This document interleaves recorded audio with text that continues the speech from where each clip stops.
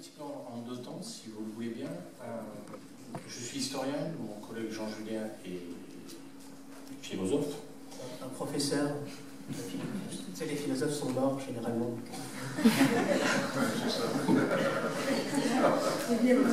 Il commence à avoir de l'intérêt, il est une fois mort. Donc on va en fait s'échanger un petit peu la parole. Je vais commencer par faire un petit peu une présentation contextuelle, pas de la banalité en elle-même, ni d'Hannah Arendt, mais du personnage central qui nous occupe, Adolf Eichmann, sans aller de façon exhaustive dans ce qu'il a pu faire, parce que ce qui nous intéressait comme point de vue de départ, c'est comprendre qui est Adolf Eichmann au moment où on le juge. Le Eichmann qu'on connaît aujourd'hui n'est pas celui qu'on juge en 61, parce qu'on ne sait pas exactement, on sait moins quel a été son rôle. On est capable aujourd'hui d'en dire beaucoup plus, et il est probable, on verra ça dans le courant du temps, que Hannah Arendt est influencée en fait par ce personnage particulier. À ce moment-là, va tenter, par des moyens divers et variés, effectivement, d'apparaître comme étant une espèce de sous-fifre dont on peut se poser la question s'il l'est ou pas. Donc, le point de départ, c'est ces deux visages.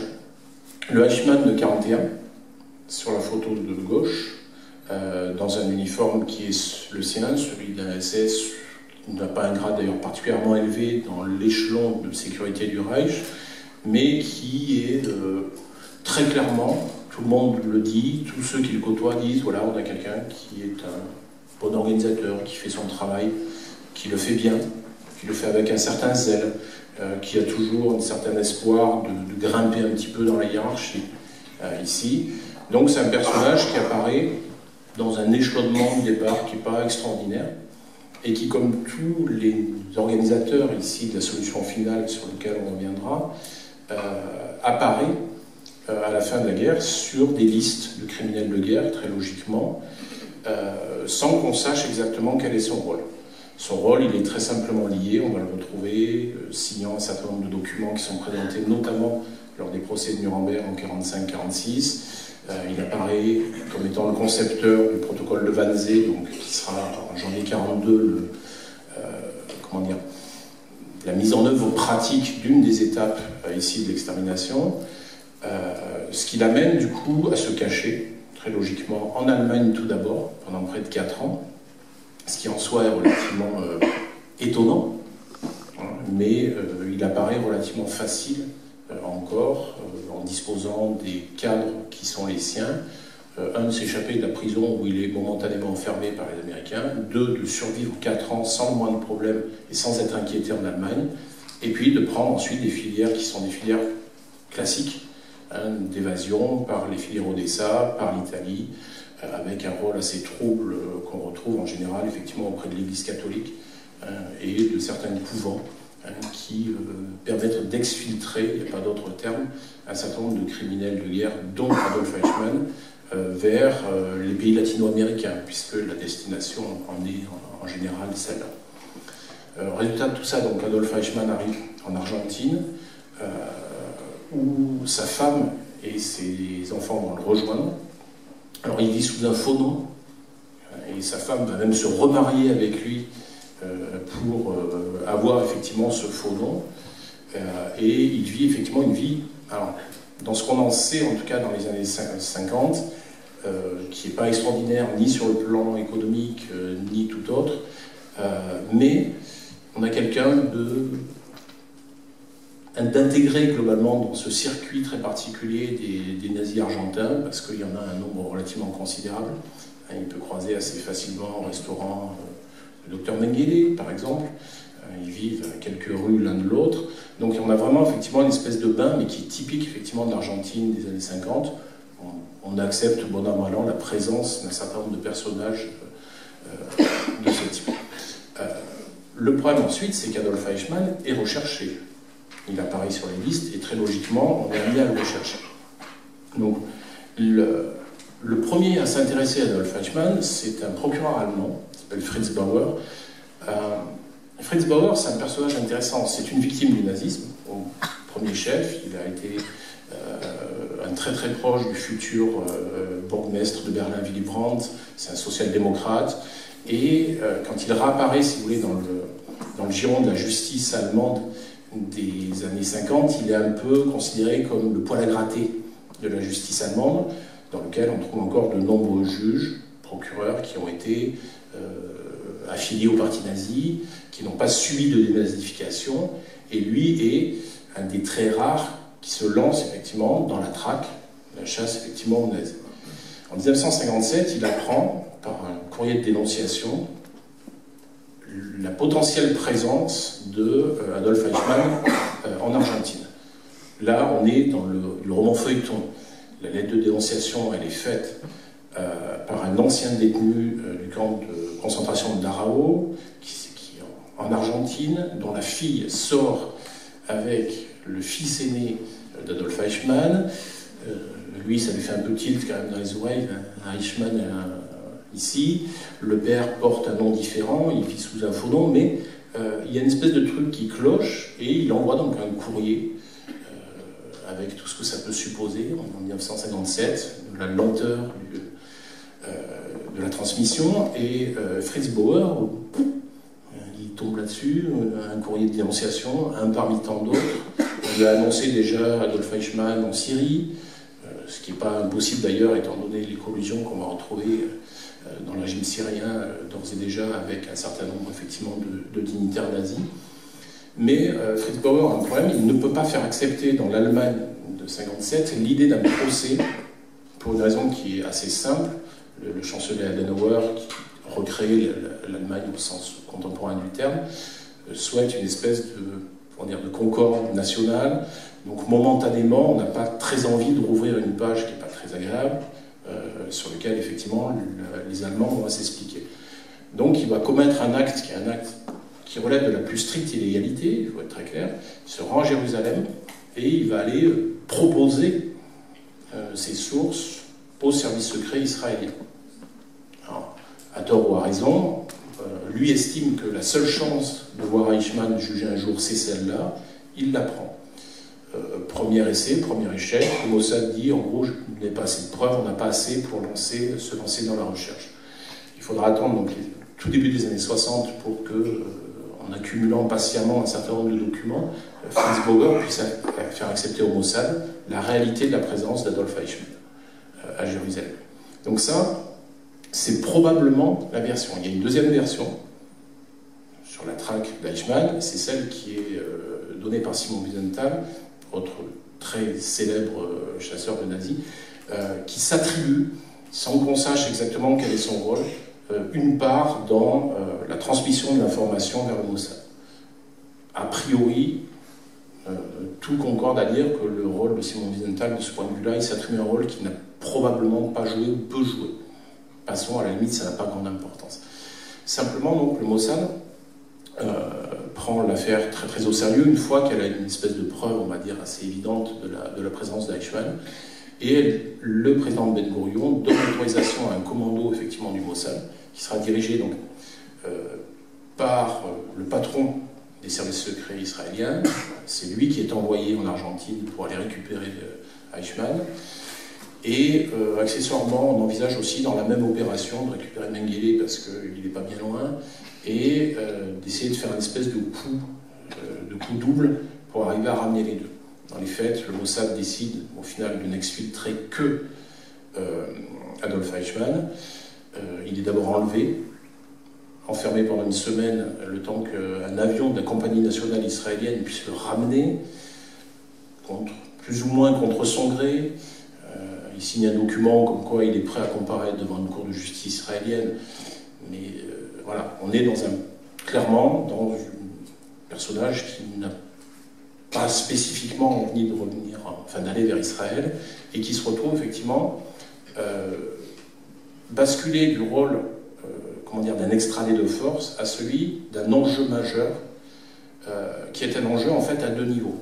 Un enjeu pour l'État d'Israël lui-même, puisque une partie des Israéliens, on est sur un État récent, créé en 1948, et le président Ben Gourion a très envie d'avoir effectivement une espèce de tête d'affiche à juger. Donc on va fabriquer autour du procès Eichmann Ben Gurion le dit très clairement, d'ailleurs, un Nuremberg israélien, on a besoin effectivement d'une tête d'affiche, on a besoin de prouver quelque chose ici. Donc le procès qui démarre en 61, et en fait un procès sur lequel on a trois acteurs principaux ici. Et vous remarquez que parmi les acteurs principaux, à la limite, Adolf Eichmann n'est peut-être même pas l'acteur principal. Il va le devenir, mais au départ, on a trois personnages ici, qui sont les trois acteurs principaux. Le personnage de gauche, qui est le procureur ici du procès, Gideon Hausner, lui a été nommé de façon directe par Ben Gurion. Il est la voix de l'État d'Israël. Il est celui qui accuse Adolf Eichmann et qui doit effectivement être vraiment, qui doit prouver en fait que Adolf Eichmann est coupable. On lui attribue, on verra même dans le courant des choses qu'il ne peut pas clairement avoir commises, tout simplement pour arriver à prouver qu'il est bien l'espèce d'être démoniaque qu'on prétend. Le deuxième personnage qu'on voit sur la photo de gauche, c'est l'avocat d'Adolf Eichmann, Servatius, donc qui lui effectivement va être amené, on est dans une cour de justice qui joue son rôle, donc il faut bien effectivement un avocat, avocat allemand qui plus est, et qui a été proposé à Eichmann par son beau-frère, tout simplement. Est-ce qu'il est réellement compétent pour servir la cause d'Eichmann? Il est en tout cas l'avocat de la défense. Et puis il y a le troisième et dernier personnage, c'est celui que vous avez sur la photo de droite, c'est le juge principal. Je vais éviter de manger son nom. Ici. Moshe Landau, qui lui doit être la voix de la justice. Et il est effectivement, dans le courant du procès, un des personnages un peu essentiels, parce que on a un procès qui est un procès assez complexe à mener, entre l'usage de l'allemand, il y a 127 témoins qui vont défiler, on a à peu près toutes les langues européennes qui vont être utilisées, l'usage de l'hébreu, bien évidemment, on est en Israël, et le juge, très régulièrement, s'adresse de façon très directe en allemand à Adolf Eichmann, réclame des explications, etc. Donc lui, il a un rôle qui est beaucoup moins politique. Il est là, effectivement, pour mener un procès, dont tout le monde, très clairement, connaît a priori le verdict, ici. Ce procès, ensuite, c'est un procès qui remet en cause un certain nombre d'éléments, qui ramène, effectivement, la question du génocide sur le devant de la table, et qui est donc un procès suivi par la presse internationale. François, par exemple, envoie pendant plusieurs mois Joseph Kessel suivre le procès. Il sera la voix, en gros, française du procès. Et puis, effectivement, c'est là qu'intervient maintenant Hannah Arendt, parce qu'elle est au cœur de cette logique-là. Elle se propose aux New-Yorkers pour aller suivre le procès. Alors, je prends le relais pour...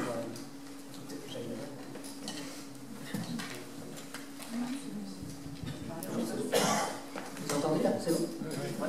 Alors, je prends le relais pour une présentation d'abord d'Hannah Arendt, puisque effectivement l'ouvrage central qui nous intéresse ce soir, c'est quand même Eichmann à Jérusalem, qui est sous-titré donc Rapport sur la banalité du mal. Expression donc qu'on va quand même envisager avec soin parce qu'elle a été souvent mal comprise et en tout cas elle est même encore aujourd'hui assez polémique. Mais d'abord peut-être un petit point sur Arendt en quelques dates. D'abord, la première date qu'on a choisi de retenir ici, c'est 1933, parce que c'est l'accession au pouvoir d'Hitler. Arendt dira, après cette date, on ne peut plus être indifférent. C'est-à-dire qu'elle a pu, dans sa jeunesse, affirmer ne pas être intéressée ni bouleversée par les questions politiques. Mais en tout cas, à partir de ce choc de l'arrivée des nazis au pouvoir, elle va commencer à penser la politique, ce qu'elle fera après tout le reste de sa vie. À noter aussi qu'en 1933, un grand philosophe aussi, c'est Edmund Husserl, qui est professeur dans des universités allemandes, dans une université allemande, est évincé au profit de Heidegger.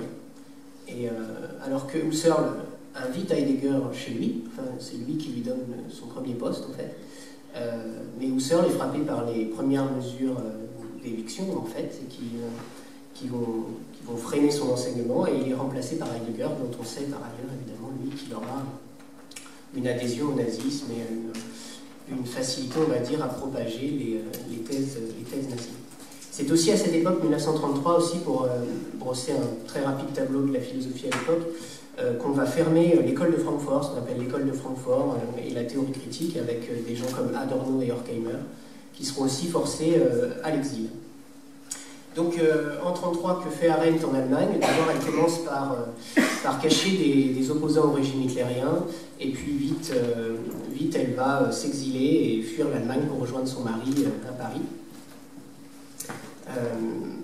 Ensuite, que fait-elle en 1934? C'est assez important, ça, elle étudie l'hébreu, en déclarant « je veux connaître mon propre peuple », ce qui est intéressant pour nous parce que du coup ça en fait tout de suite quelqu'un, une intellectuelle qui aussi est concernée par sa judaïté.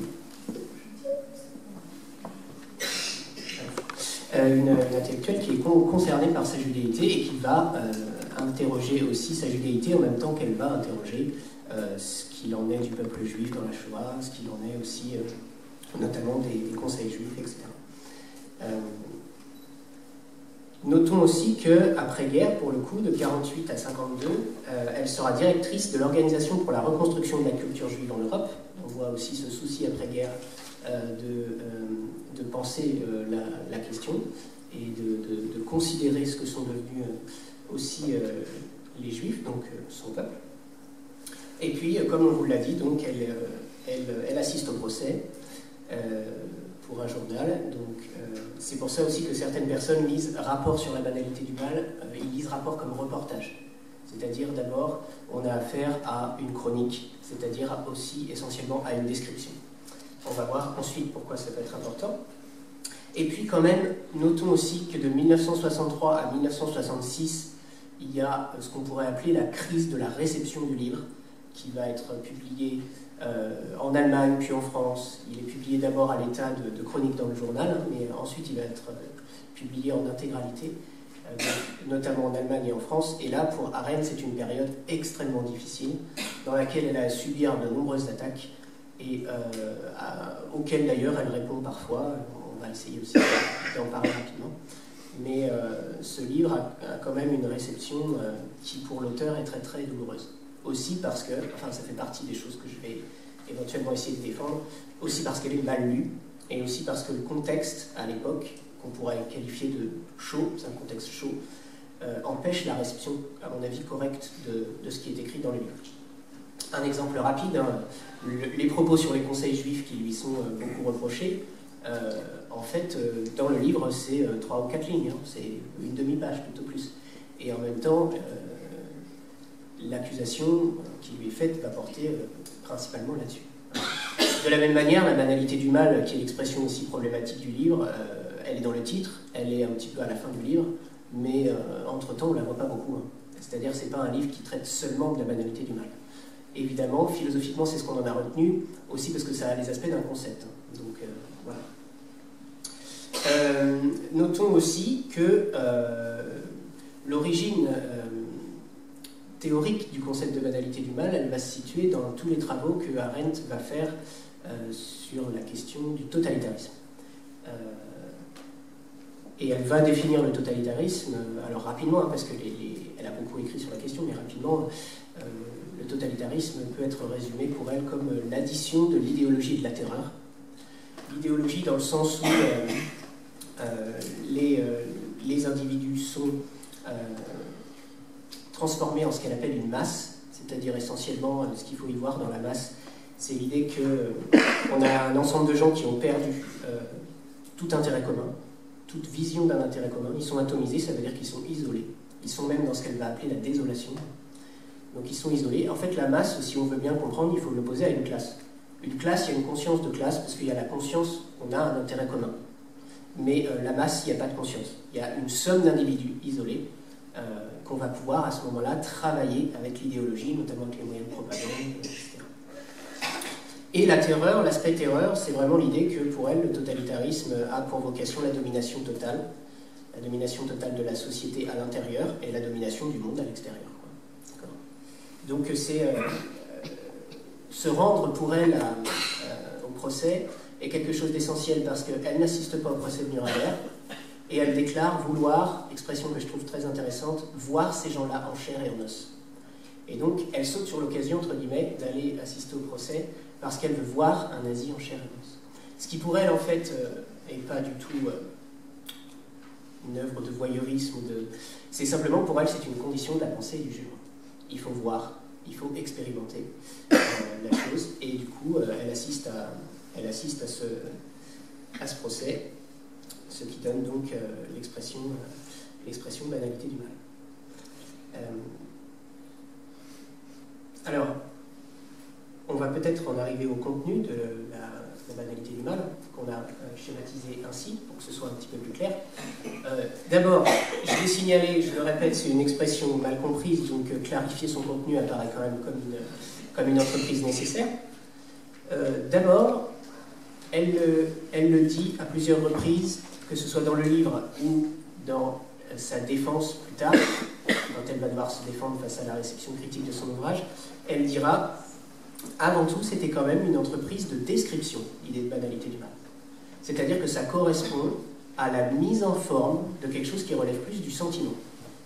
Alors, ce qui devient étrange, parce que nous, on croyait avoir affaire à un concept, donc ça veut dire un outil pour comprendre. Et en réalité, elle va situer cette compréhension avant tout, si vous voulez, plus du côté subjectif et émotionnel que du côté objectif. Ce qui ne va pas nous empêcher, nous, de faire de la banalité du mal un concept opératoire en philosophie morale, mais d'abord, pour elle, c'est une manière de décrire le personnage Eichmann. C'est le personnage Eichmann qui est l'incarnation de la banalité du mal. Ce qu'elle cherche en fait à savoir avec ce concept, c'est comment est-ce que Eichmann a-t-il pu si bien remplir sa fonction. C'est-à-dire, elle cherche à répondre à une question qui sera celle aussi de Chapoutot, c'est-à-dire comment est-ce qu'on peut agir en nazi. Et la banalité du mal est une manière de répondre à cela.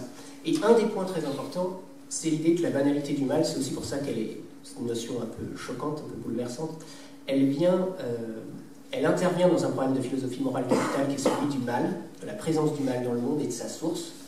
Et en réalité, ce que fait Arendt, c'est qu'elle propose la banalité du mal contre une théorie dont on peut dire, enfin dont elle dit d'ailleurs, qu'elle est celle de la tentation. D'habitude, le mal est compris comme une tentation aussi qui émerge et qui va se concrétiser aussi à partir du moment où vous avez des intérêts et des mobiles mauvais ou criminels. Et dans la banalité du mal, ce que va montrer Arendt, c'est que Eichmann n'a aucun intérêt criminel, il n'a finalement aucun mobile. Il est dans ce qu'elle va appeler le pur plaisir de fonctionner. Donc en réalité, on va avoir une perception du mal qui va être radicalement différente de l'idée que le mal, ou Eichmann par exemple, sera un personnage démoniaque, ou un personnage qui serait monstrueux.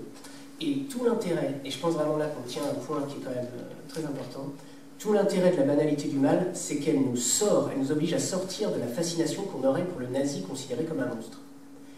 Tout simplement aussi, et Chapoutot dit ça très bien aussi dans La loi du sang, si vous considérez Hitler et les nazis comme Eichmann comme des monstres, vous allez les exclure de l'humanité, et donc vous allez disculper l'humanité en entier, d'un seul coup, du problème qu'a représenté la mise en œuvre de la solution finale. Et quelque part, c'est pas quelque part, c'est complètement, quand Arendt propose le concept de banalité du mal, c'est aussi pour dire que nous pouvons combattre ce mal. C'est-à-dire qu'il fait partie de l'humanité. Et elle, ce qu'elle va chercher à comprendre, en gros, c'est comment quelqu'un qu'on peut appeler un homme arrive à faire ce qu'a pu faire Eichmann, d'ailleurs, très bien, puisqu'en fait, il travaille très bien. Alors, comprenons d'abord, sur le concept de banalité du mal, comprenons d'abord, parce qu'il y a eu des interprétations qui relèvent aussi de la mauvaise manière de comprendre banal. C'est-à-dire qu'on a pu le comprendre comme quelque chose d'ordinaire, alors qu'en fait, Arendt ne cherche pas du tout à dire que Eichmann est quelqu'un d'ordinaire, elle cherche surtout à dire qu'en fait, il est médiocre, qu'en fait, il est insignifiant. Elle a pu l'appeler aussi dans son échange avec une de ses amies qui s'appelle Marie McCarthy, elle a pu l'appeler le clown consciencieux. Voilà. Mais en tout cas, avant tout, ne pas considérer que Eichmann est ordinaire et ne pas considérer qu'il est stupide. C'est quelqu'un en fait qui a de la culture, qui est par exemple très formé en sionisme, hein. Il a lu Herzl, il a lu un certain nombre de choses qui font de lui un spécialiste de la question juive, et il n'est pas du tout stupide. En réalité, l'essentiel de la banalité du mal, c'est... alors je passe mon temps à dire que les choses sont essentielles, mais là on touche vraiment un point qui est important. Eichmann se rend incapable de distinguer le bien du mal. Et là, tout est important, c'est-à-dire distinguer le bien du mal, et surtout se rendre, c'est-à-dire soi-même, dans la banalité du mal, soi-même, on auto-anesthésie son pouvoir de juger. Et en fait, c'est ça un peu l'essentiel du concept, c'est-à-dire l'absence de pensée. On est dans une véritable absence à soi, c'est-à-dire qu'on n'a plus de rapport à soi-même dans ce que Platon pouvait appeler la pensée, c'est-à-dire le dialogue à soi-même. Si en fait Eichmann ne pense pas, c'est qu'il n'a jamais de moment de recul sur ce qu'il fait. Hein, et vraiment, la capacité qu'on a à prendre du recul, elle nous est donnée par la conscience, en fait. Hein, c'est-à-dire le fait que je peux me parler dans ma tête, le fait que je peux prendre du recul sur mes actions, ce qu'on appelle en philosophie morale délibérée, c'est-à-dire peser le pour et le contre d'une action que je m'apprête à faire, et bien ça, Eichmann se rend incapable. C'est-à-dire qu'il n'utilise pas cette capacité qu'on peut appeler capacité de juger. Et alors, dans cette absence de pensée, on va avoir les quatre éléments qui sont placés ici sous la banalité du mal. Les deux premiers éléments, le refus de la réalité et la perte de l'expérience, je vais les traiter ensemble.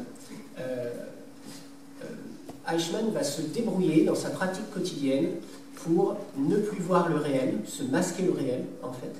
Et il va se débrouiller, c'est une des conditions de l'absence de pensée, pour ne plus avoir d'expérience. C'est-à-dire plus avoir d'expérience des autres et plus avoir d'expérience du monde. C'est pour ça que ça va être un criminel dans un bureau, puisqu'il n'a pas besoin de sortir, voir ce qui se passe. En réalité, dans les faits, il est sorti, voir ce qui se passe, mais il est très vite revenu dans son bureau pour, en fait, rester un criminel de bureau qui est capable, en fait, de tuer en lui le pouvoir de penser parce qu'il n'a plus aucune expérience du monde et des autres. D'accord ? Arendt insiste beaucoup là-dessus, hein, sur l'idée que Eichmann, c'est quelqu'un qui se rend aussi incapable de se mettre à la place de l'autre, d'envisager l'autre. C'est-à-dire l'opérateur, ce qui va rendre possible un peu l'existence de ces deux choses-là, le refus de la réalité et la perte de l'expérience, c'est ce qu'on peut appeler le voile du langage administratif. C'est-à-dire le fait que les nazis et Eichmann ont déjà un usage tout particulier de la langue allemande, et en plus, ils ont un usage de certains mots et de certaines... ils ont certaines expressions qui participent à rendre les choses complètement abstraites. Et dans cette abstraction, on voit bien qu'on perd quoi? On perd le côté concret de l'expérience. Quand vous avez contact avec le monde et les autres, vous avez dans votre tête des choses concrètes. Si vous abandonnez ce contact, vous n'avez dans votre tête que des abstractions. Si bien que pour Eichmann, les juifs qu'il va essayer de mettre dans des wagons pour les déportations, il les appelle des Stücke. C'est-à-dire en allemand, Stück, c'est un morceau. Voilà. Donc c'est quelqu'un qui, en fait, manipule des morceaux. D'une certaine manière, du coup, il est incapable de penser ou d'imaginer. Elle dit ça aussi, elle dit que l'absence de pensée s'accompagne d'absence d'imagination. Il est incapable de penser qu'il dépend des gens, parce qu'il est en train, lui, d'avoir une pensée de gestionnaire, en quelque sorte, c'est-à-dire, j'ai un espace dans lequel je peux mettre tant de Stücke, comment je peux optimiser mon truc, en gros, pour que ce soit le plus efficace possible. Voilà, donc il est aux prises dans sa tête avec un certain nombre de Stücke, et ce langage participe, en fait, à faire un écran entre lui et le réel.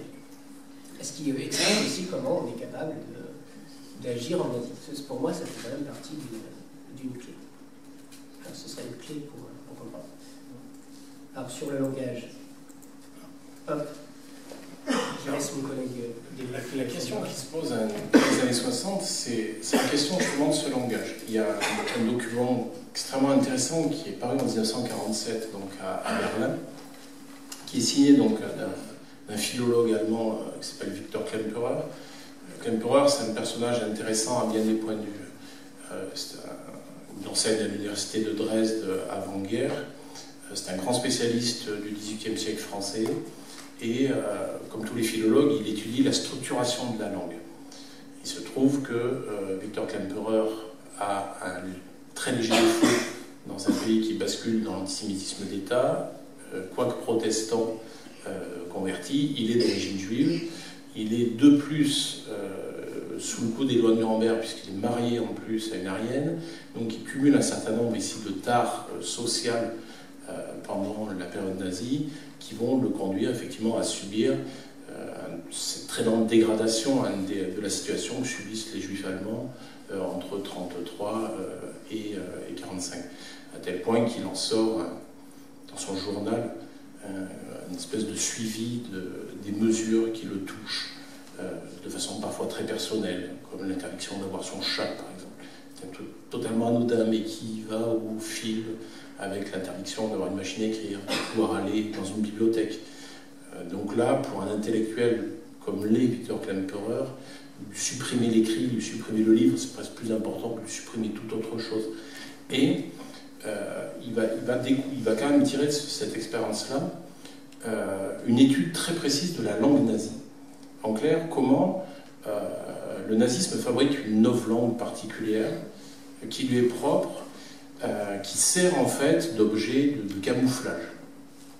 Donc là, il en tire en 1947 un petit bouquin qui s'appelle La langue du Troisième Reich, et il prend une succession d'exemples comme ça, pour essayer de saisir comment le mot, une fois vidé de son sens, ou tout au moins avec un sens qui est tellement vague que tout le monde va y mettre ce qu'il souhaite dedans, devient un instrument important du pouvoir.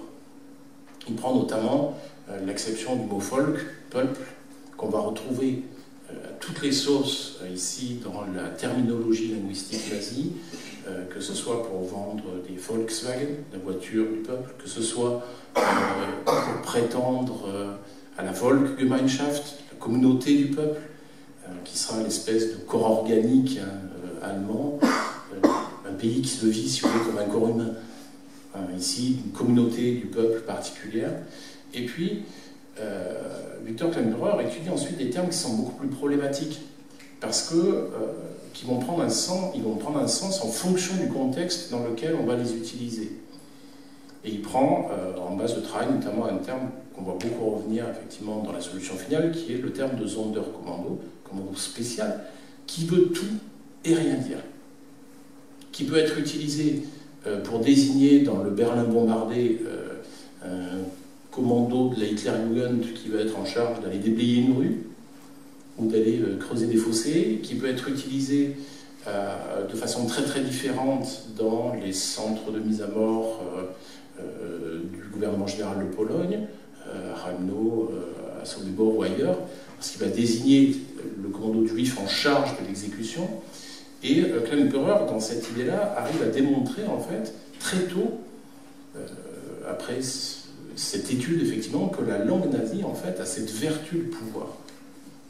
Dépouiller la langue de son intérêt, dépouiller la langue de ce qu'elle signifie, appauvrir le vocabulaire, et vous êtes effectivement dans la logique souhaitée, c'est-à-dire de créer un homme-masse qui sera plus réactif face au mot, puisque le mot n'a plus de sens, sauf effectivement un sens bombardé de façon ininterrompue par une propagande omniprésente, et qui lui donne du coup une espèce d'impression molle que, à la limite, le vocabulaire n'a plus d'utilité, n'a plus d'usage ici. Et cet appauvrissement de la langue fabrique, globalement, des gens mais qui sont peut-être, à tort ou à raison, moins en capacité de réfléchir. Parce que pour réfléchir, il faut disposer des mots, il faut disposer effectivement d'une capacité critique, et pour cela, il faut le vocabulaire adapté.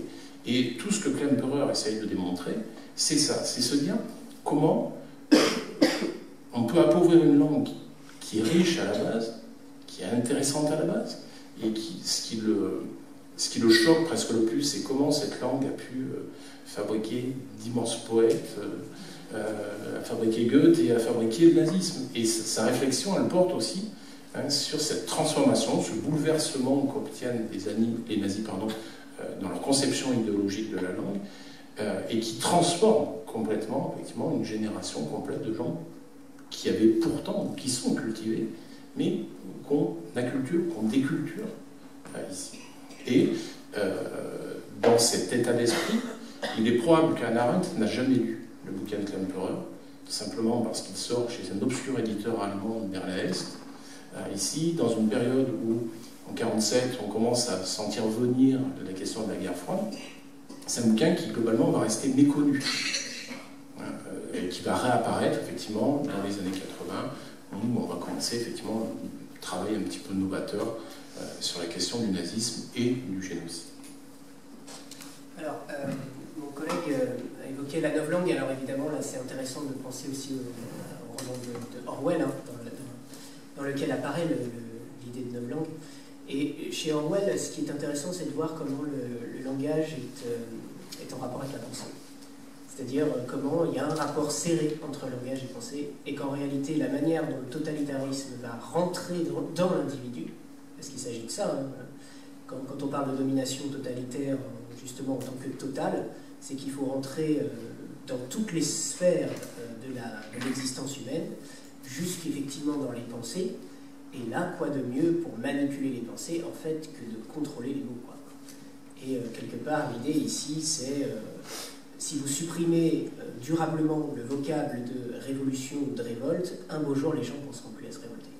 Parce qu'ils n'auront plus déjà les moyens de formuler l'idée même de révolte et de se la formuler ensemble, en fait. Donc je crois que la question du langage est quand même assez cruciale. Pour revenir à mon schéma, les deux premiers morceaux de la banalité du mal, entre guillemets, que sont le refus de la réalité et la perte de l'expérience, c'est assez important pour comprendre que Eichmann est en fait quelqu'un, comme on a pu le dire, anesthésié du point de vue intellectuel et émotionnel.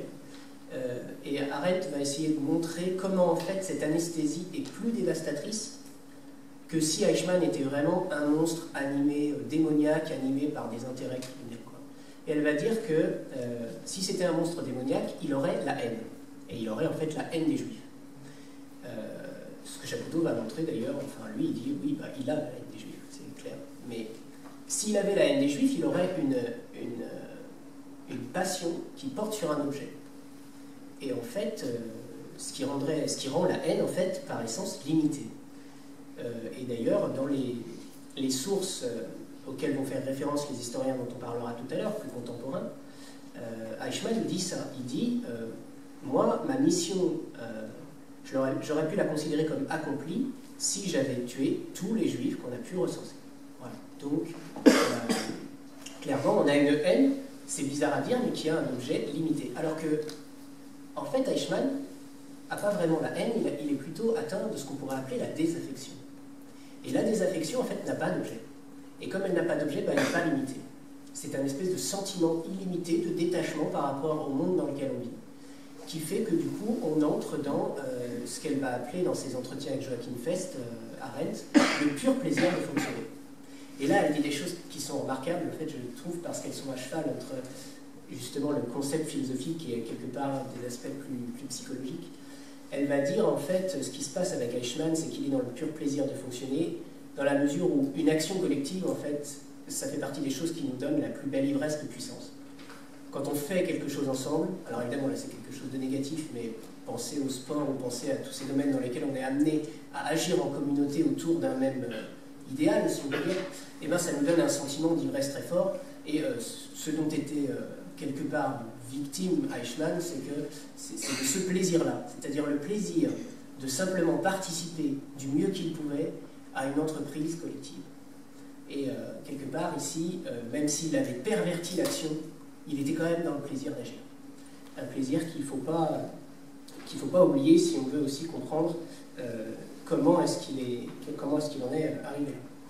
Et pour finir sur ces deux premiers moments, l'idée qu'on peut développer, c'est celle qui est développée par Bauman, c'est l'idée que Eichmann va remplacer la responsabilité morale par la responsabilité technique.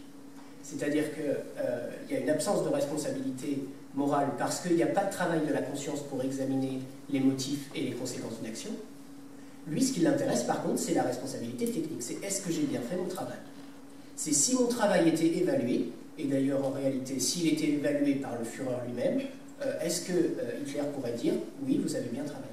C'est en fait ça qui m'intéresse. C'est la responsabilité technique typique du bureaucrate. C'est-à-dire, là-dessus, les analyses sur la bureaucratie, évidemment, sont importantes.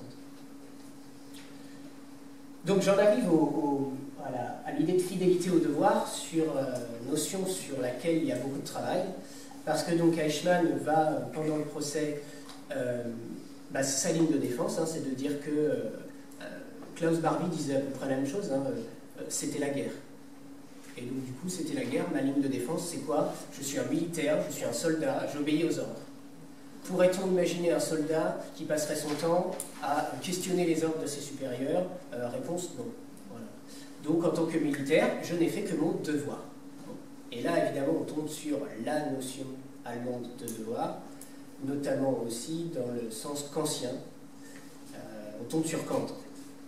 Quelque chose de très délicat pendant le procès, parce que Eichmann se réclame de Kant. C'est-à-dire, Eichmann dira, voilà, à partir du moment où je me suis engagé en tant que fonctionnaire nazi, j'ai passé ma vie à essayer d'appliquer Kant, c'est-à-dire de gérer ma vie en fonction de la morale kantienne. Alors, le point sur lequel s'appuie Eichmann, c'est l'idée de dire j'ai obéi à la loi. C'est le concept de loi qui permet de comprendre au nom de quoi Eichmann utilise Kant. Alors, il faut être d'emblée clair, l'utilisation de Kant par Eichmann relève du contresens. Enfin, en tout cas, c'est ce que dit Arendt dès le départ. Elle dit Eichmann se réclame de Kant, sauf que soit il l'a mal lu, soit il l'a mal compris, soit... voilà. Mais par exemple, ce que Onfray ne sera pas du tout d'accord avec ça. Onfray a produit un ouvrage qui s'appelle Le songe d'Eichmann, qui a deux parties, une partie théorique et une partie où vous avez une pièce de théâtre, où vous avez Eichmann, Kant et Nietzsche qui discutent. Et dans ce livre, il soutient que Eichmann est kantien, qu'il est même plus kantien que Kant, si on peut dire, et que donc on aurait dans Kant un précurseur du nazisme. Je ne vous cache pas que ce n'est pas du tout la thèse que j'ai envie de défendre. J'ai plutôt envie de défendre qu'il y a une perversion, une utilisation perverse de Kant par Eichmann, dans la mesure où, si vous voulez, rapidement, la morale kantienne, elle va fonctionner à partir de ce qu'on appelle la loi morale, qui est donnée par la raison. Et à partir de cette loi morale, on obéit au devoir parce qu'on obéit à ce que Kant appelle l'impératif catégorique. Alors l'impératif catégorique il se compose de deux choses. Et il est bien évident que c'est important d'avoir les deux éléments. D'abord, il s'agit d'agir en faisant de sa maxime d'action toujours une loi universelle. Ça, c'est ça qu'Eichmann utilise dans le procès pour se justifier. Il utilise ça. C'est-à-dire, en gros, il faut que je vois si mon action est universalisable. Si mon action est universalisable, c'est-à-dire si tout homme peut faire ce que je m'apprête à faire, alors je peux déjà estimer qu'il y a une moralité dans mon action. Ça, c'est le premier versant qui est ce qu'on appelle l'impératif catégorique.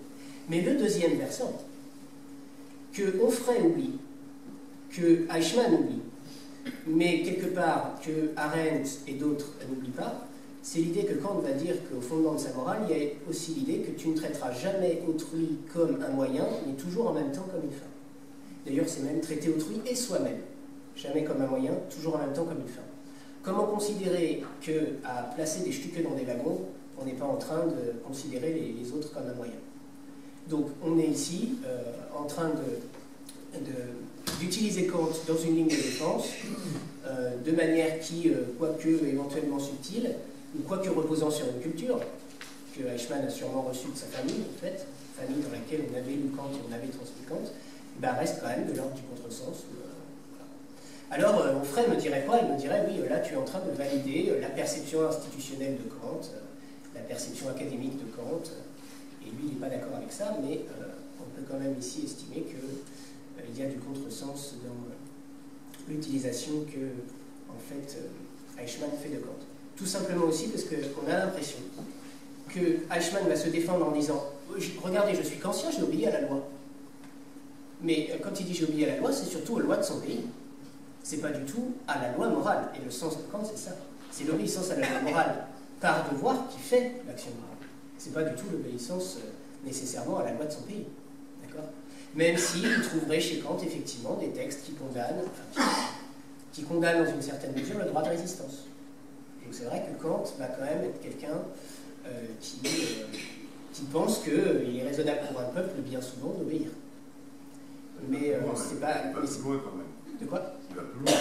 Oui, bien un sûr. texte où il dit ouvertement, au nom de la loi morale, si mon camarade d'à côté n'a pas respecté dans le cadre de la résistance, je le dénonce. Donc, alors Onfray, il n'a pas raison. Mais Kant, il est limite. Non, mais, enfin, oui, Donc, moi, il est obsessionnel comme Eichmann. oui, c'est clair. Il est limite. C'est clair que si on veut résister au pouvoir, il y a mieux comme auteur que comme. D'accord.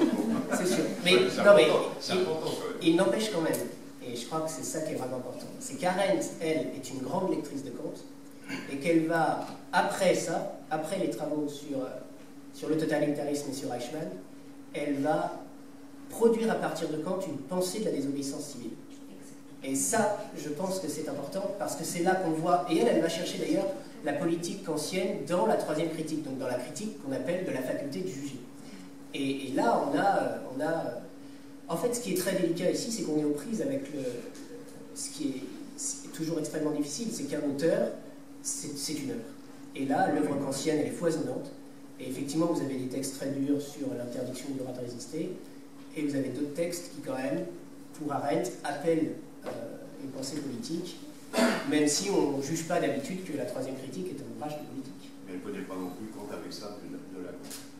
Pardon ? Elle ne connaît pas le texte de Kant avec ça de Lacan. Non, non. Bah, Ah ouais, c'est important aujourd'hui, du point de vue de la notion. oui, oui, tout à fait. Tout à fait. Alors, dernière chose là-dessus,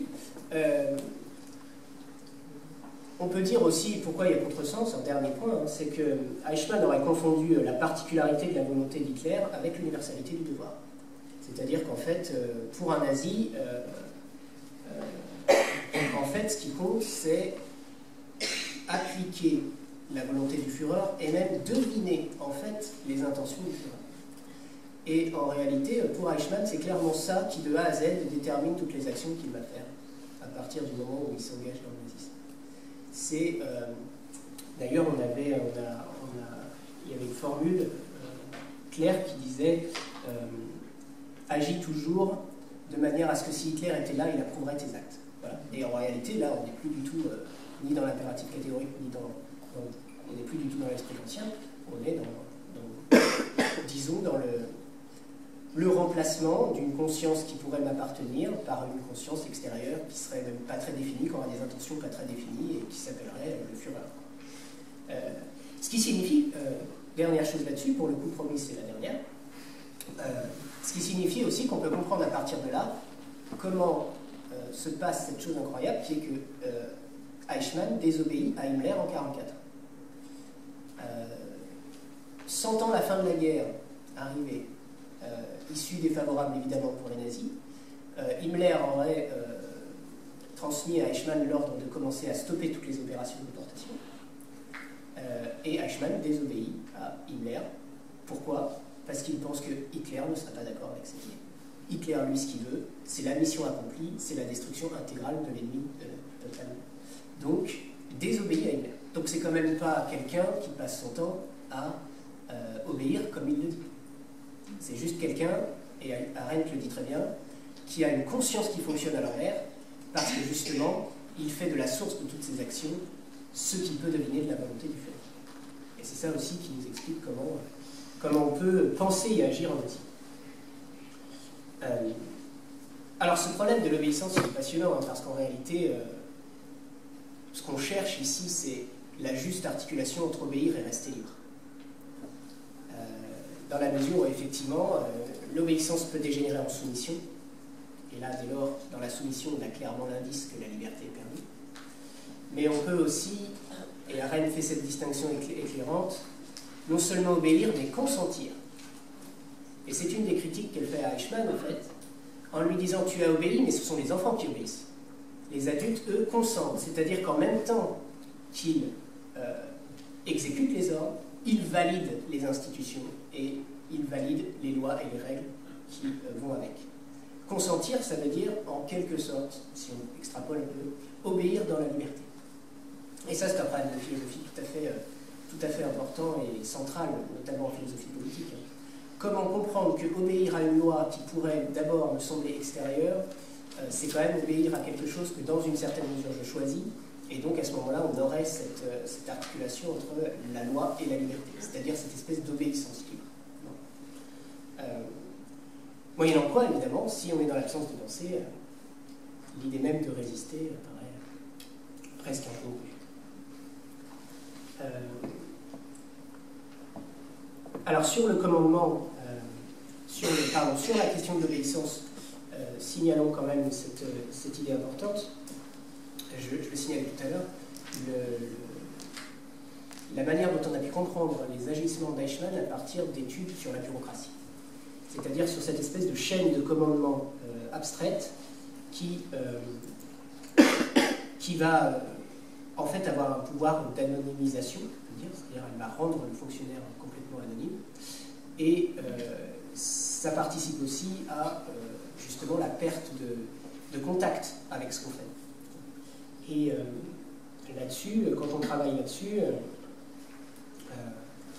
parce qu'en réalité, cette chaîne de commandement qui fait le cœur de la bureaucratie, ça peut être une excuse pour celui qui est accusé de meurtre de masse, tout simplement parce que cette chaîne de commandement, elle met de l'écart entre le meurtrier et les victimes.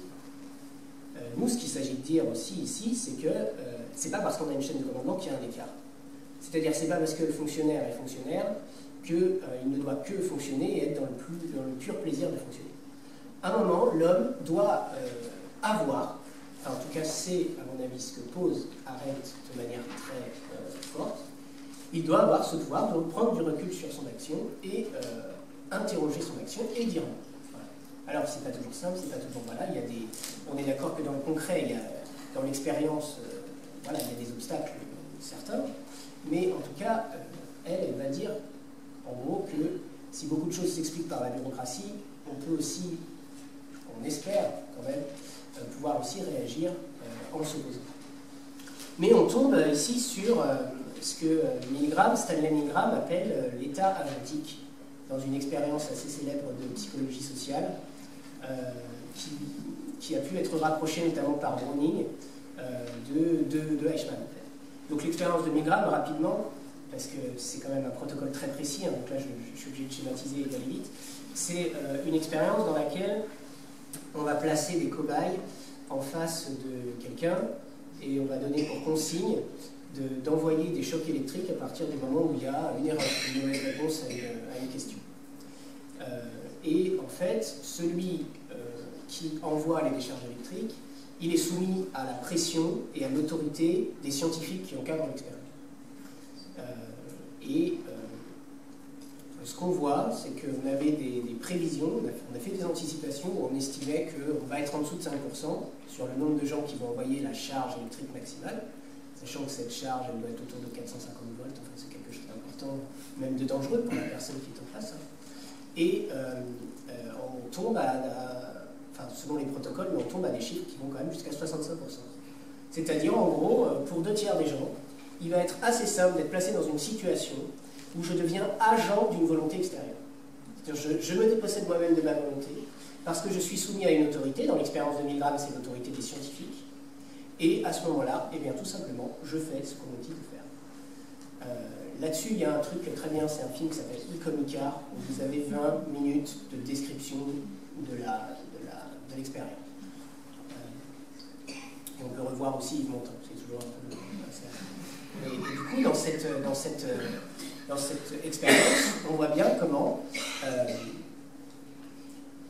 l'état agentique, c'est l'obéissance sans liberté complètement.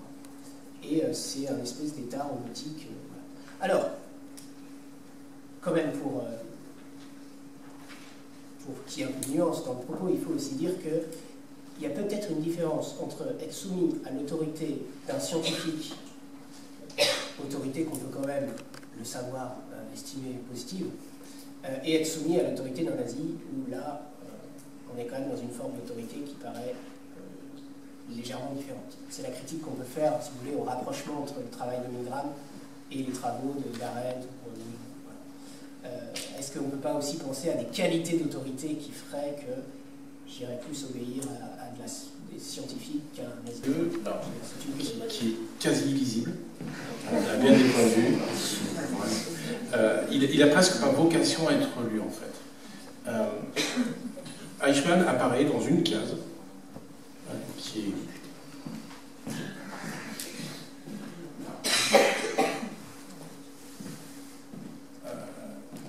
et ce document n'est qu'une toute petite partie de l'organigramme du mode de fonctionnement nazi. On a ici exclusivement l'organisme de l'échelon de sécurité, des services de sécurité de l'Allemagne nazie qui est posé. Toute la question de l'organisation civile et autres n'est même pas là.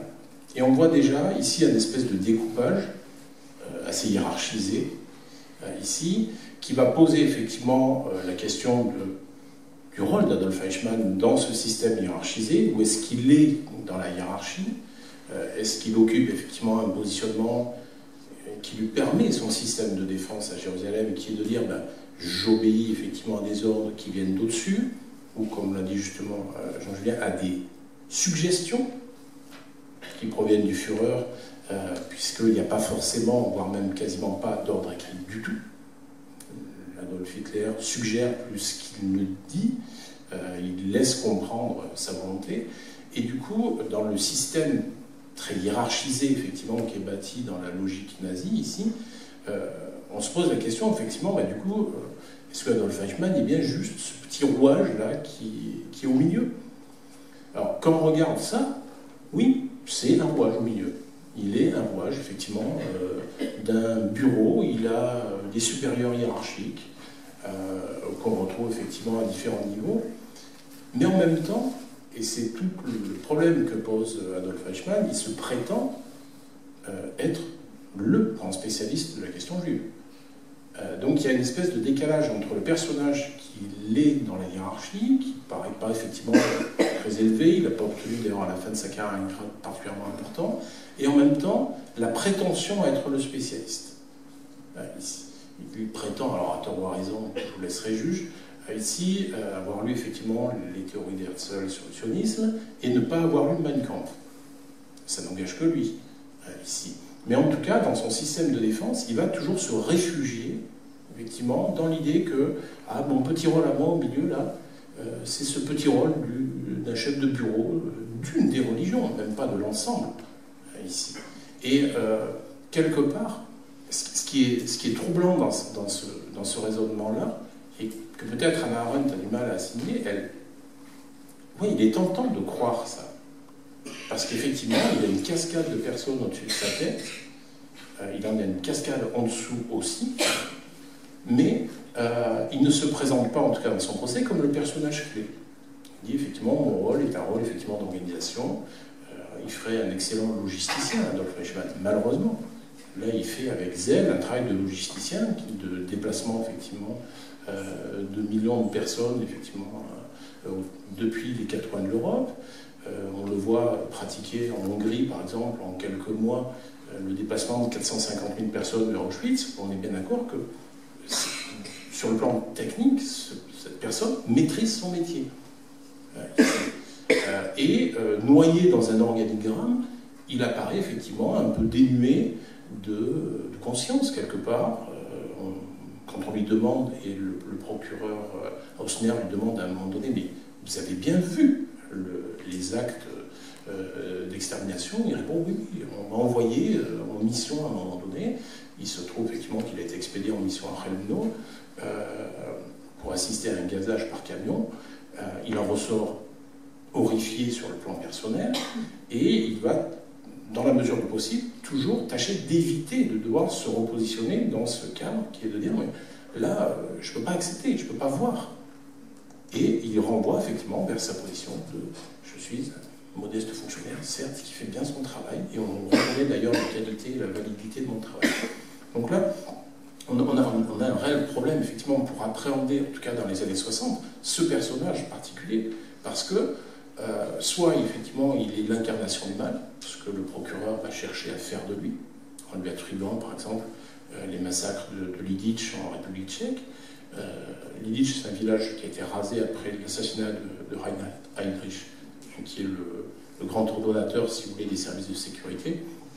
Et le village a été intégralement rasé. Une espèce de radeau sur glane, si vous voulez, dans lequel on aurait aussi rasé les maisons, le cimetière, rasé la totalité, effectivement, du village.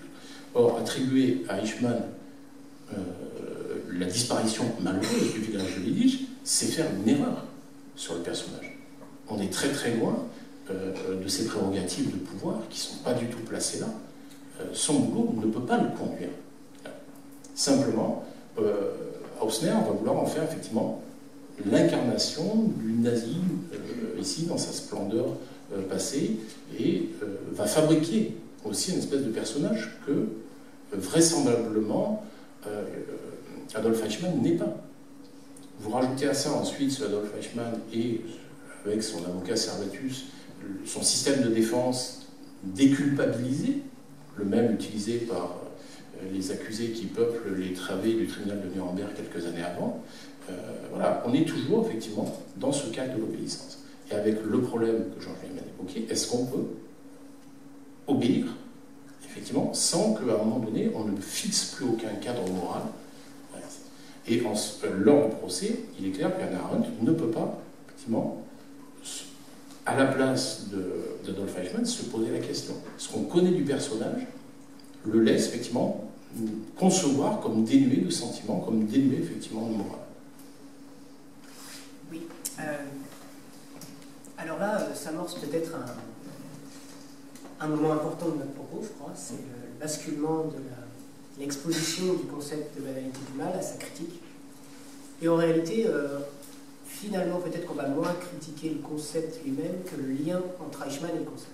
C'est-à-dire, il me semble que ce qu'il faut mettre en question, il nous semble que ce qu'il faut mettre en question, c'est que Eichmann soit l'illustration de la banalité du mal. Et ça, on le sait, ou on va le savoir, grâce à de nouvelles perspectives, notamment des travaux d'historiens qui sont plutôt récents, les travaux donc de Johann Chapoutot et de Bettina Stanglet. Alors, je vais peut-être juste commencer sur Chapoutot un petit peu plus, je te laisserai après la parole. Chapoutot, d'abord, il part de la même idée que Arendt, c'est-à-dire qu'il faut absolument penser la chose. C'est-à-dire qu'il faut sortir de l'idée que Eichmann est un monstre, parce que là, on est dans un état de sidération qui nous permet donc pas de penser, pas de comprendre. Mais Chapoutot, lui, va dire Arendt s'est laissé blouser par le numéro qu'Eichmann fait quand en fait il est à son procès et qui sait qu'il joue sa vie et que donc il joue le petit bureaucrate assez bien. Et Eichmann, Arendt, du coup, elle se laisse avoir par cette apparence. Et un point qui est intéressant à soulever, c'est que si Chapoutot et Stanglet, disons, entrent dans une voie critique, c'est parce qu'ils ont accès à des sources qui sont inconnues à l'époque de Arendt. Notamment des entretiens entre 1956 et 1957 avec Wilhelm Sassen, qui se passe à Buenos Aires, où en gros on a une amicale des anciens nazis et on discute de ce qu'on faisait avant et de comment c'était trop bien. Et cette source-là, elle est absolument inconnue de Arendt, mais elle est connue des gens dont on parle là. Et là, on voit que Eichmann, en fait, est un criminel idéologique qui embrasse réellement les fins que lui propose le nazisme. C'est-à-dire qu'on passe d'un tueur à sa table de travail à un tueur Weltanschauung, c'est-à-dire quelqu'un qui pense vraiment que... qui est intimement et fanatique, il le dit lui-même, parce que fanatique, en fait, pour quelqu'un comme Eichmann ou un naziste, ça a une connotation positive. Oui, je suis un tueur fanatique et ça pose plus aucun problème. Ma fin principale, c'est de détruire l'ennemi de ma race, l'ennemi de mon sang. Et là où je trouve il y a quelque chose d'absolument brillant dans le travail de Chapoutot, notamment dans la loi du sceau, c'est d'essayer de montrer qu'il y a une morale cohérente du nazisme qui va s'articuler autour d'un certain nombre de concepts comme la nature. Mais lui, il arrive en fait à partir du travail sur des sources historiques à dessiner comme une théorie morale philosophique, c'est-à-dire avec ces concepts qui s'organisent, qui sont cohérents. Et voilà. Et au fur et à mesure de la lecture du livre, on en arrive à comprendre comment on peut penser en nazi, mais pas parce que penser en nazi, ça veut dire l'absence de pensée, mais parce que ça veut dire être plongé, immergé profondément dans une association d'idées, dans une association conceptuelle qui valide en fait l'idée que oui, la solution finale, il fallait la prendre et c'est une bonne chose, quoi. Donc voilà, plutôt que quelqu'un qui ne savait plus distinguer le bien et le mal, on tombe ici sur quelqu'un qui en fait est persuadé de bien faire.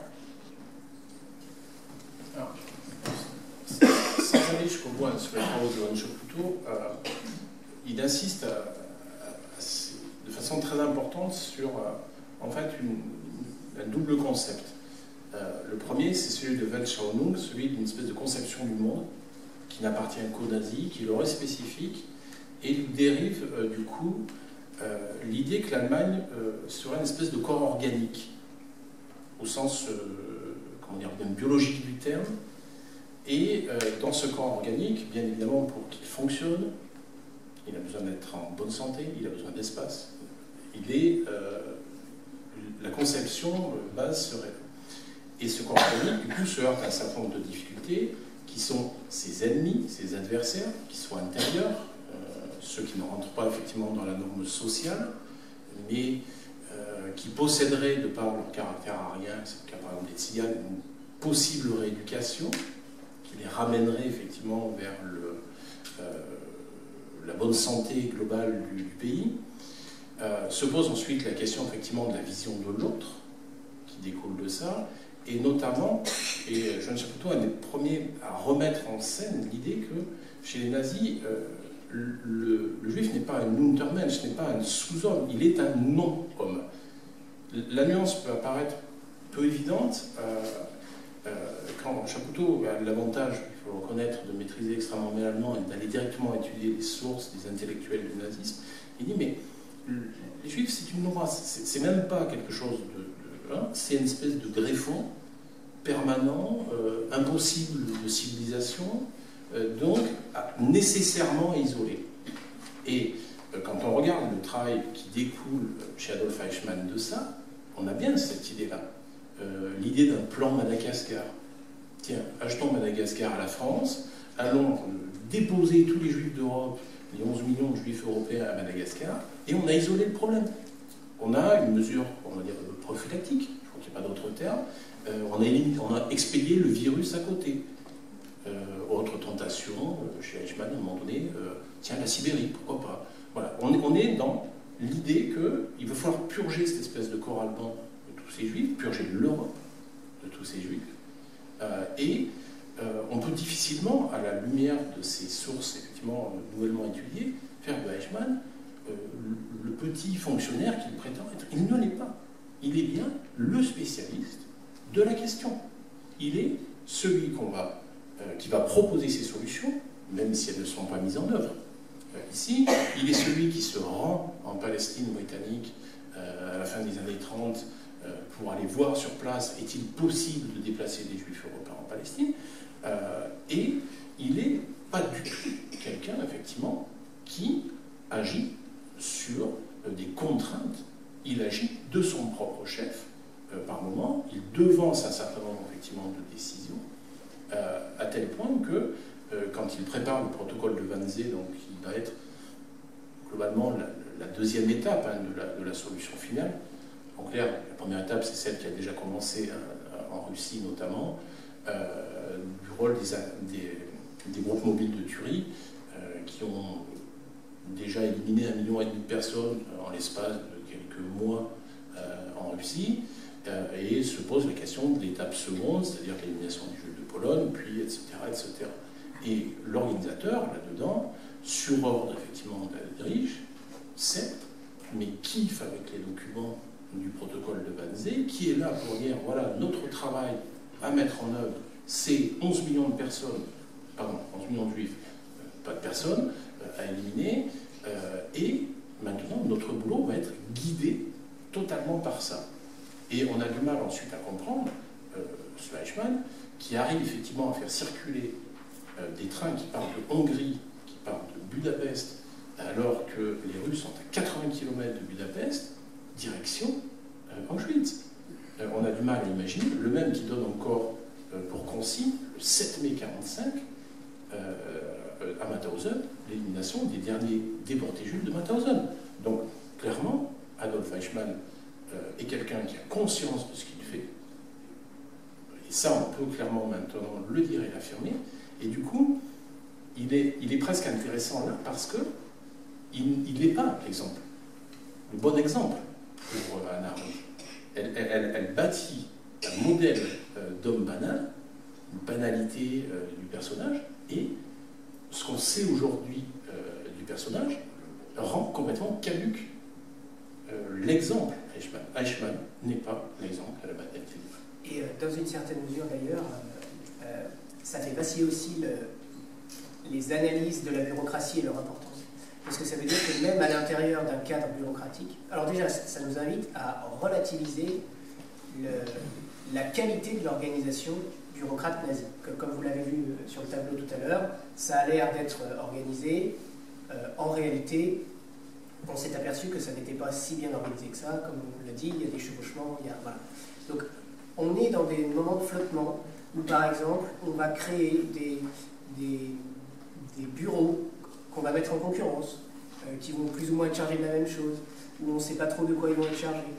Ce qui veut dire en fait que l'aspect bureaucrate du travail n'exclut pas en fait la créativité, ça n'exclut pas l'inventivité, et donc il y a une place énorme donnée à ce qu'on peut appeler le zèle du fonctionnaire, c'est-à-dire ce qu'il va faire en plus, ce qu'il va prendre sur lui de faire. Donc ça veut dire en fait ce qu'il va faire librement. C'est-à-dire que là on n'est plus du tout dans un étage antique à la Milgram, parce qu'en en fait on est dans quelqu'un qui profite d'une structure qui a une relative indétermination pour faire ce qu'il a envie de faire en fait. Et donc pour faire quelque chose dont il ne pourra pas ne pas être tenu responsable. Donc on voit bien comment, non seulement en remettant un peu en perspective ce qu'on sait du personnage Eichmann, du coup la banalité du mal est en question, mais aussi ce qui est en question, c'est les analyses qui ont été dominantes, surtout après la Seconde Guerre mondiale, qui sont les analyses du totalitarisme comme effectivement, d'abord et avant tout, un agencement bureaucratique assez sévère. Donc après, la question se pose du coup, est-ce que le concept tient toujours? Et là, effectivement, il y a des travaux, notamment sur Christopher Browning, qui vont quelque part renforcer ça.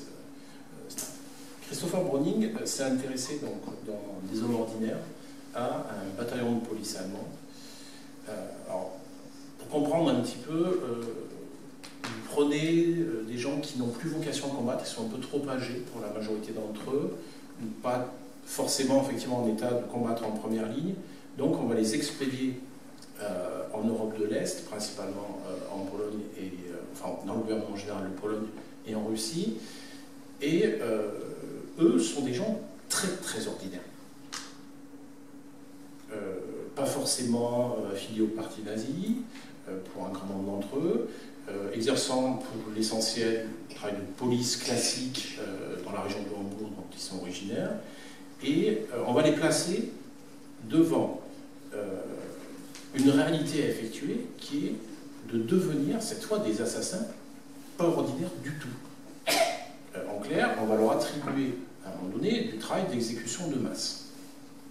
Et obligatoirement, Christopher Browning, quand il va interroger les survivants effectivement de cette unité de police, se pose la question de l'obéissance aux ordres, forcément. Est-ce que vous avez obéi?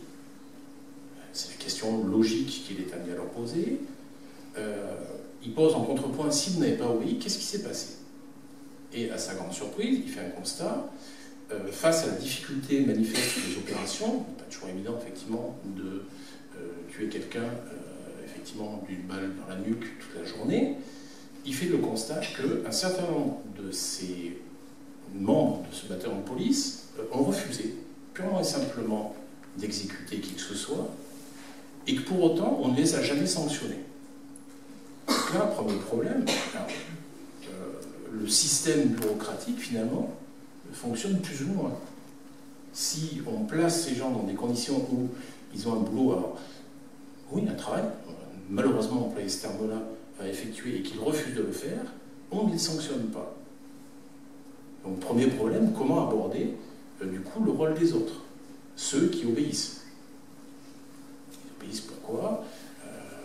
Et Browning se pose à un moment donné la question, si je vous expédie dans un pays totalement inconnu, il y a un côté très paranoïaque dans la présence effectivement dans cette ère de l'Ostland, etc.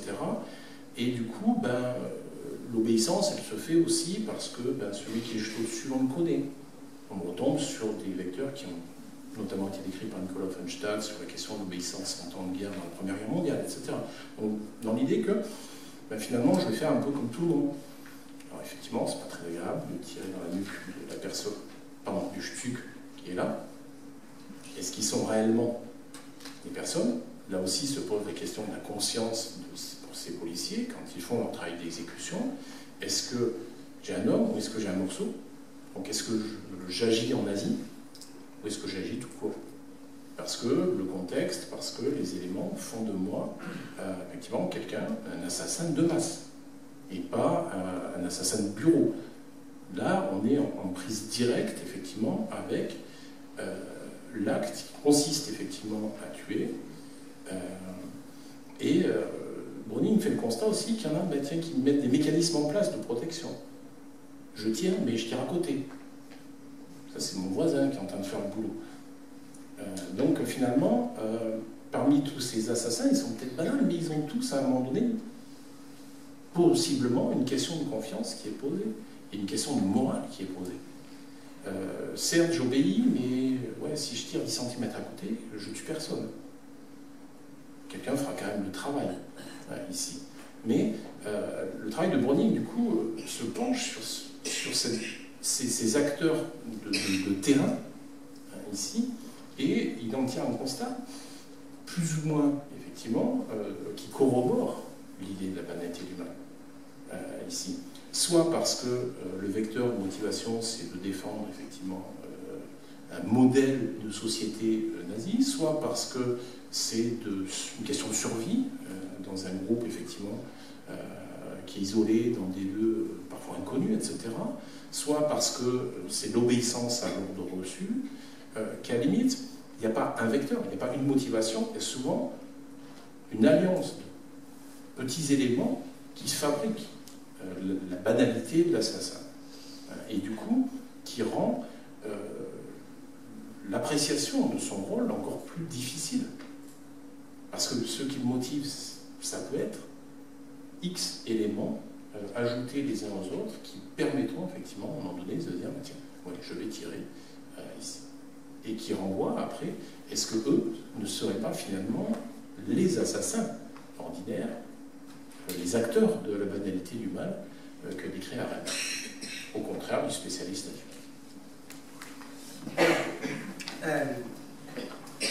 Effectivement, on va quand même essayer de sauver l'idée de banalité du mal, parce que si elle est plus opérative, enfin si elle ne marche plus pour décrire Eichmann, elle peut marcher quand même pour faire autre chose, en philosophie morale et même aujourd'hui.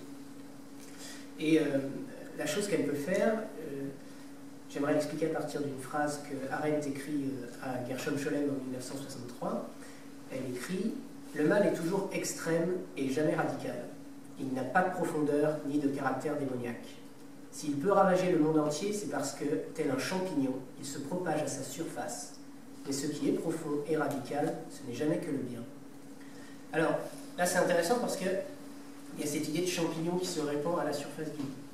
Et ici, on a vraiment, avec cette position surface-profondeur, l'idée que voilà, le mal, on l'a longtemps cru profond. Et qu'à partir d'un Eichmann mal perçu, ce qu'on a fait, c'est qu'on a enlevé sa profondeur au mal. Du coup, on fait du mal un phénomène de surface. Et même si c'est bizarre de dire que la solution finale, sa mise en œuvre, le meurtre de 6 millions de juifs, c'est quelque chose qui est du mal de surface, mais c'est quand même du mal de surface. C'est-à-dire que dans une certaine mesure, les hommes gardent les moyens de combattre ce mal. Ici, c'est un peu une question qu'on appelle techniquement une question de théodicée, c'est-à-dire de savoir si le mal fait partie du monde en tant qu'il constituerait le monde. Mais quelque part, ici, Arendt dit ce qui constitue le monde, c'est quand même avant tout le bien.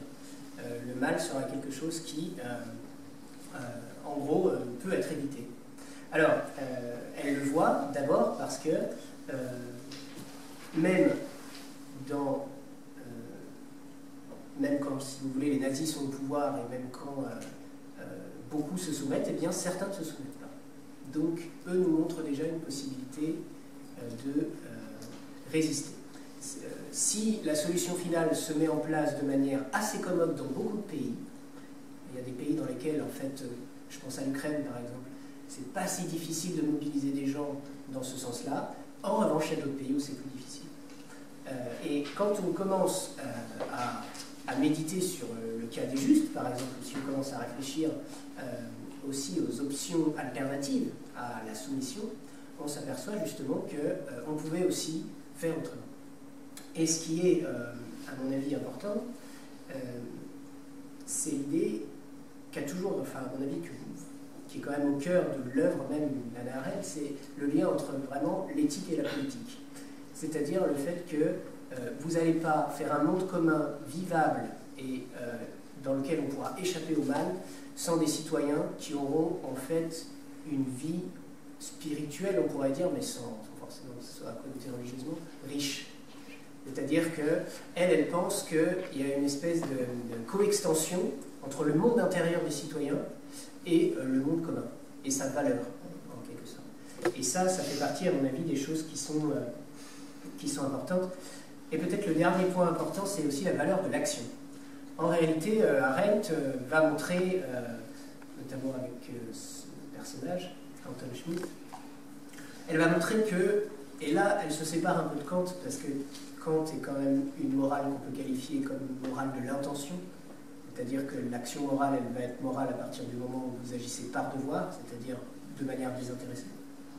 La morale des intentions, chez Arendt, s'écroule un petit peu devant le pouvoir de l'action, entre guillemets. Et elle va dire, l'inverse du bien, c'est pas tellement le mal, c'est les bonnes intentions. Parce qu'en réalité, avec des bonnes intentions, on ne fait pas grand-chose.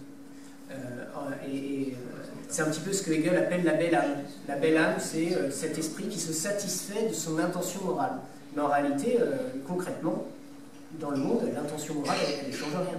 Elle ne fait rien. Elle est inopérante, quoi. Et donc, Arendt nous pousse à, d'abord, à voir ce qu'elle appelle, à la fin de sa vie, dans un de ses derniers ouvrages, sinon son dernier, je ne sais plus, la vie de l'esprit. Elle nous invite à avoir une vie de l'esprit, déjà. C'est-à-dire une habitude de la prise de distance avec soi-même et avec ses actions. Je pense qu'elle nous invite déjà à ça.